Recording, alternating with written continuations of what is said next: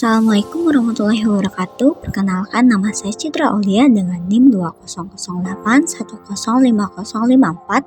Pada video kali ini saya akan menjelaskan mengenai tugas etika profesi dan keguruan, yaitu laporan observasi kode etik keguruan di SMA Negeri 5 Kota Cirebon.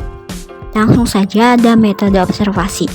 Metode yang digunakan ialah metode deskriptif kualitatif. Adapun teknik pengumpulan data melalui wawancara dengan Bapak Sigit Pamungkas SPD, selaku guru Bahasa Indonesia dan Wakasek SMA Negeri 5 Kota Cirebon.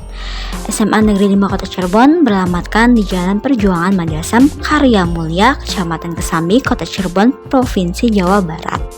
Pertanyaan pertama, sebagai seorang guru, seperti apakah Bapak memaknai kode etik guru? Pak Sigit memaknai kode etik guru sebagai landasan yang sangat penting, karena yang pertama bagi guru menjadi sebuah landasan untuk proses belajar mengajar. Syarat kerjaan guru terkait profesional dirinya sebagai pendidik, sebagai profesi yang harus ada standarnya sendiri. Status guru itu bukan sebatas pengakuan dari pemerintah, tetapi kode etik itu dimaknai sebagai landasan dalam menjalankan profesionalitasnya dalam menjaga marwah sebagai seorang guru. Yang kedua, menurut Bapak, sikap dan perilaku yang seperti apa yang diatur dalam kode etik guru? Menurut Pak Sigit, sikap dan perilaku yang diatur dalam kode etik guru itu bagaimana cara guru membimbing peserta didik untuk membentuk manusia yang berkarakter, berkolaborasi dengan sesama guru atau teman satu profesinya itu seperti apa, kemudian menjaga dirinya di masyarakat, memiliki sikap baik dalam bersosialisasi, berinteraksi dengan masyarakat, terutama dengan orang tua peserta didik. Jadi bagaimana guru itu memiliki kode etik bukan hanya dengan peserta didik, pimpinan atau kepala sekolah ataupun sesama guru, tetapi juga dengan orang tua peserta didik, lingkungan sekitar maupun masyarakat. Apakah guru berbakti membimbing peserta didik untuk membentuk manusia seutuhnya yang berjiwa Pancasila? Pak Sigit menjawab, selalu. Bapak mempunyai prinsip kata bijak, yaitu memanusiakan manusia dan menjadikan siswa itu bukan objek tetapi jadi subjek dalam pembelajaran. Bedanya apa sih? Bedanya kalau objek itu misalkan siswa disuruh membuat tugas, siswa hanya sebatas menjadi objek, tetapi jika kita jadikan siswa subjek, siswa akan merasa dirinya itu diakui keberadaannya, dimerdekakan kemampuannya. Jadi siswa itu bukan jadi objek saja dari tujuan akhir pembelajaran, tetapi siswa bisa menjadi subjek kita, bisa sama-sama melangkah bersama dengan gurunya. Jadi konsepnya itu harus diubah. Selanjutnya, apakah guru memiliki dan melaksanakan kejujuran profesional? Menurut Pak Sigit, pada dasarnya guru memiliki kejujuran profesional karena sesungguhnya dalam undang-undang itu kan sudah melekat dengan diri kita.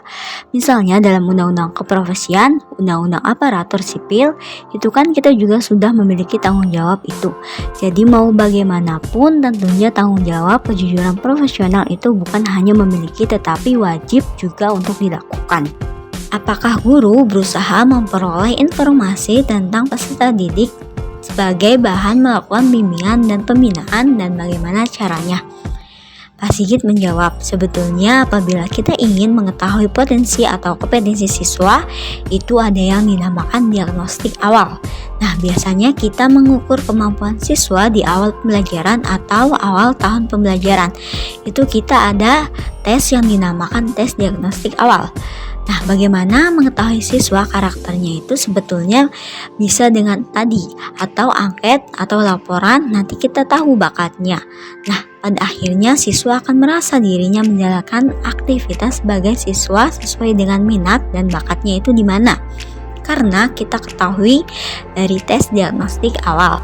Biasanya kita koordinasi dengan BK, tim psikolog, dan sebagainya. Selanjutnya, apakah guru harus dapat menciptakan suasana yang dapat diterima peserta didik untuk berhasilnya proses belajar mengajar dan bagaimana caranya? Pak Sigit menjawab, kalau ditanya bagaimana caranya, tentunya harus ada komitmen bersama. Jadi setiap kelas itu harus ada kesepakatan kelas. Misal nanti belajar bahasa Indonesia, matematika, kesepakatan kelas kita seperti apa? Apa yang ingin kalian dapatkan itu harus muncul dari tiap kelas. Karena nanti ketika mereka melanggar itu kita tidak usah melakukan tindakan apa-apa. karena itu sudah merupakan bagian kesepakatan kelas. Nah, di sini siswa sudah mulai dilatih untuk membentuk komitmen. Terus bagaimana masalah kedekatan? Ketika siswa sudah merasa senang, tidak takut dengan gurunya, atau merasa dia butuh untuk belajar bukan hanya menuntaskan kewajiban. Di sini menuntaskan kewajiban itu hanya menerima pelajaran, setelah itu dia sudah merasa selesai. Tetapi kalau dia merasa butuh, berarti dia memang fokus untuk belajar. Nah, ini merupakan tantangan baik bagi guru maupun siswa. Sebagai guru harus belajar untuk menemukan kemampuan mereka, kemauan mereka, jadi dasar-dasarnya sudah jelas dan ada. Apakah guru memelihara hubungan baik dengan orang tua murid dan masyarakat sekitar supaya terjalin hubungan dan kerjasama yang baik dalam pendidikan, dan bagaimana caranya? Mas Sigit menjawab, kalau di dalam lembaga sekolah itu kita kenal sebagai adanya komite atau perwakilan orang tua siswa yang nantinya menjadi mitra bagi sekolah dalam langkah membuat kebijakan, kemudian nantinya juga ada evaluasi musyawarah bersama dan sebagainya. Dikatakan memiliki kedekatan, alhamdulillah terjalin harmonis. Setiap tindakan, kegiatan, program sekolah biasanya kita mendapat dukungan dari orang tua. Misalnya SMA Negeri 5 ingin mengadakan kegiatan panen karya profil Pancasila Kurikulum Merdeka. Nah, orang tua yang mensupport itu. Kemudian ketika diadakan kegiatannya, kita undang orang tua sebagai bukti siswa itu betul-betul membuat karya. Jadi, orang tua merasa ikut dilibatkan. Itu bagian dari kedekatan kita dengan orang tua.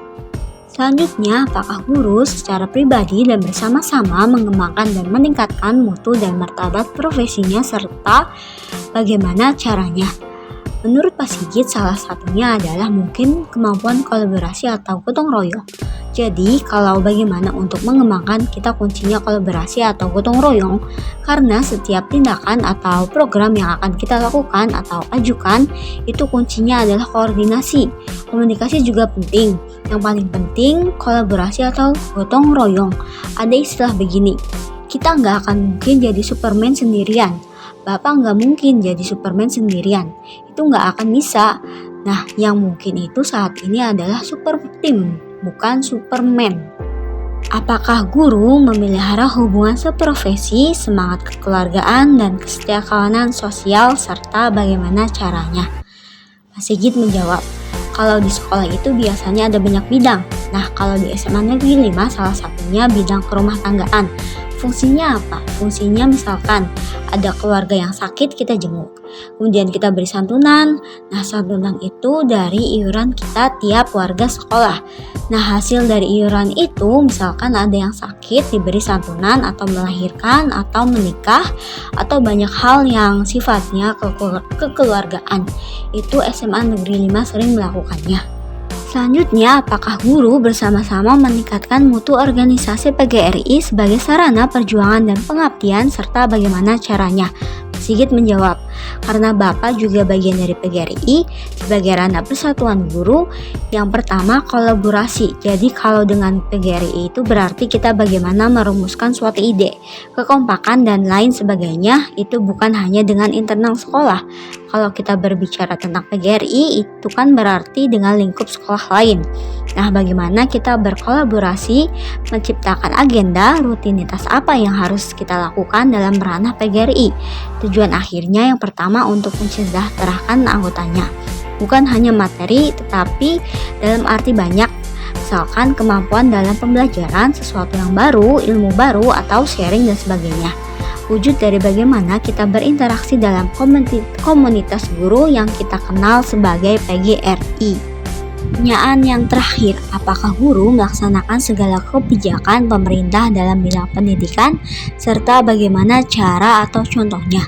Pak Sigit menjawab, sebetulnya kita memiliki landasan hukum dalam bekerja, baik itu sebagai profesional guru atau baik sebagai ASN yang sudah melekat sebagai kewajiban melayani publik, karena guru juga sebagai pelayan publik.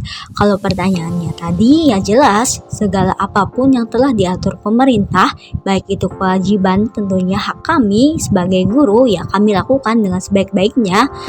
Dengan cara apa? Tentunya ketika pemerintah memiliki program terkait kurikulum kita mengikuti. memiliki kebijakan apa, kita taati. Tentunya sebagai profesional kita melayani bangsa dengan itu. Ketika sudah diberi arahan, kebijakan, tugas kita adalah pelaksana. Caranya apa? Caranya kita belajar, kita diberi pelatihan. Tidak mungkin ketika pergantian kurikulum sebagai pelaksana kita tidak mempelajari itu. Nah, bentuk dedikasi kita sebagai guru itu melaksanakan kebijakan yang telah ditetapkan oleh pemerintah.